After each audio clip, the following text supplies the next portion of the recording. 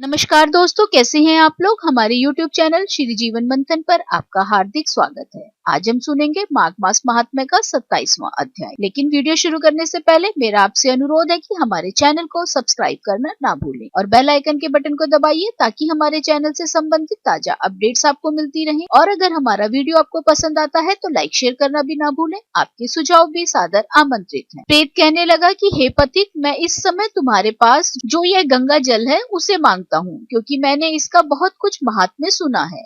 मैंने इस पर्वत पर गंगा जल का बड़ा अद्भुत आश्चर्य देखा था, इसीलिए यह जल मांगता हूँ। मैं प्रेत योनि में अति दुखी हूँ।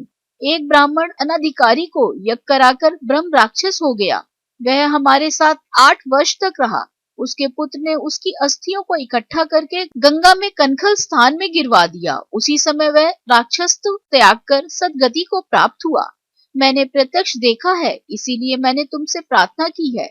मैंने पहले जन्म में तीर्थ स्थानों में बड़े बड़े दान लिए थे और उनका प्रायश्चित नहीं किया था। इसी से मैं हजारों वर्ष तक इस प्रेत योनि, जिसमें अन्न और जल मिलना अति दुर्लभ है, दुख पा रहा हूँ। इस योनि में मुझको हजारों वर्ष बीत गए।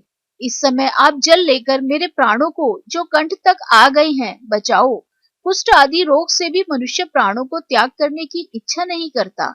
देवद्युति कहने लगे कि ऐसे उस प्रेत के वचन सुनकर वह ब्राह्मण बड़ा विस्मित हुआ और वह अपने मन में विचारने लगा कि संसार में पाप और पुण्य के फल अवश्य आ पड़ते हैं। देव, दानव, मनुष्य, कीड़े मकोड़े भी रोगों से पीड़ित होते हैं। बाल तथा वृद्धों को मरण, अंधा तथा कुबड़ापन, ऐश्वर्य, दरिद्रता, पांडित्य तथा मूर्खता सब कर्मों से ही होता है। इस कर्म भूमि में जिन्होंने न्याय से धन इकट्ठा किया वह धन्य है। यह सुनकर प्रेत गदगद वाणी में बोला, हे पथिक, मैं जानता हूँ आप सर्वज्ञ हैं। आप मुझको जीवन का आधार जल इस प्रकार दो जैसे मेघ चातक को देता है।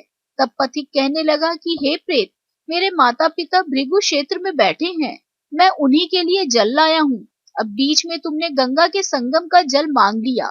अब मैं इसी धर्म संदेह में पड़ गया कि क्या कांड वस्तु में यज्ञों का इतना नहीं मानता जितना प्राण रक्षा को मानता है। इसीलिए प्रेत को जल देकर तृप्त करके माता पिता के लिए फिर जल लाऊंगा। लोमश जी कहने लगे कि इस प्रकार उस पथिक ने गंगा यमुना के संगम का जल उस प्रेत को दिया। उस प्रेत ने प्रीति पूर्वक जल को पिया।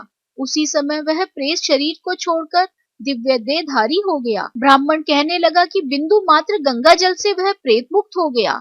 हम समझते हैं कि ब्रह्मा जी इस जल के गुण का वर्णन नहीं कर सकते, नहीं तो महादेव जी इस जल को मस्तक पर क्यों धारण करते। इस संसार में जो मनुष्य काया, वाचा और मनसा के पापों से रंग गए हैं, वह गंगा जल के बिना नहीं धुलते। गंगा जल के सेवन से मुक्ति सदा सन्मुख खड़ी रहती है। जिसके जल को स्पर्श करते ही प्रेत प्रेतत्व को छोड़कर मुक्ति को प्राप्त होते हैं। जो गंगा स्नान करता है वह वैष्णव पद को प्राप्त होता है। यदि संबंधी लोग गंगा जल से तर्पण करें तो नरक में रहने वाले पितर लोग स्वर्ग में चले जाते हैं और स्वर्ग में रहते हुए ब्रह्मत्व को प्राप्त होते हैं। गंगा जल के समान और कोई मुक्ति का साधन नहीं। वह प्रेत वहां से चला गया और 1 मास में जब माघ मास आया तो उसने सुने हुए प्रयाग महात्म्य के अनुसार गंगा यमुना के संगम पर स्नान करके पिशाच शरीर को धारण कर भक्ति पूर्वक नारायण की स्तुति करता रहा। वह द्रविड़ देश का राजा गंधर्वों से सेवित उत्तम विमान पर बैठकर इंद्रपुरी को गया। सो हे द्विज, यह इतिहास पापों का जल्दी ही नाश करता है। इसमें धर्म का ज्ञान होता है। यह पुण्य, यश तथा कीर्ति को बढ़ाने वाला है, ज्ञान तथा मोक्ष को देने वाला है। तुम भी सदगति पाने के लिए प्रयाग चलो। वहां पर हम ऐसा स्नान करें जो देवताओं को दुर्लभ होता है। वहां पर श्राप से पैदा हुआ पिशाचपन सब नाश को प्राप्त हो जाएगा। इस प्रकार लोमश जी के मुख से अमृतमय मधुर कथा को सुनकर मानो अमृत पीकर सब प्रसन्न हुए और पाप रूपी समुद्र से पार हुए।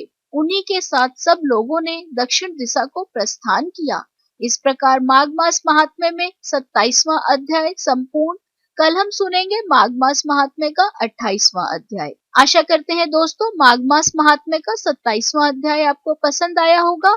राधे राधे। आप सभी पर ईश्वर की कृपा सदा बनी रहे।